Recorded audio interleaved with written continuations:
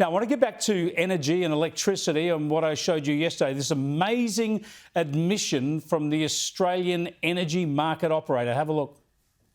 But you're saying you cannot guarantee that the current government policy settings which you model will deliver lower power prices? I can't guarantee that, no.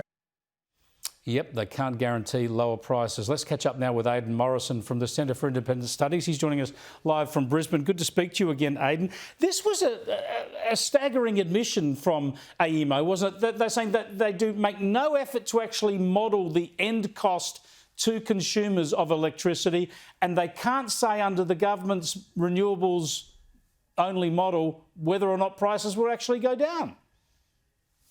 Look, it's not staggering to me at all, actually. I've been watching this for quite a while, and it's been very clear that in all the fine print, all the effort that's been made to say something along the lines of, we've got the least cost system, is also qualified by certain words which say it's only the least cost system that meets all of the government's policies that have been overlaid onto it.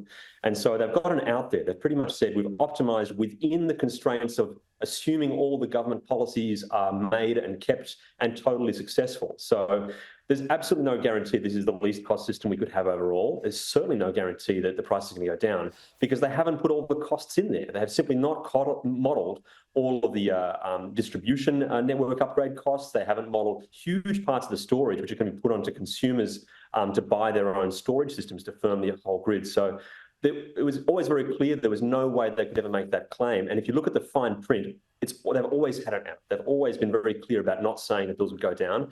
It's just remarkable how long they've been able to get away with creating the impression that this is some sort of economic and bill-lowering nirvana. That's certainly not the case. And anyone serious watching this has been familiar with that for a long time. This does not look like a cheaper system than the system we currently have at the moment. Yeah, and you've been absolutely expert at calling that out, both in public comments like this, but also in detailed submissions and papers. And this is the key point, though. For the sake of this country, no one's been doing the work. We've been led to believe by the government that, don't you worry, you've got AEMO and you've got the CSIRO, and they're looking at all this. But we're seeing that these bodies have been politicised. And instead of coming out publicly and saying, no, we're only modelling essentially the government's model, and we're not comparing eggs with eggs, we're not doing a rational analysis of all the options on the table, they've just been going along for the ride. So nobody has actually evaluated the best and most effective and cheapest option for this country. That's exactly right. And I think the degree to which we've got the wrong impression about what the integrated system plan actually does is absolutely phenomenal. And it was clarified in the Senate hearings yesterday. They were asked, so there's no analysis of whether that's a good idea or not.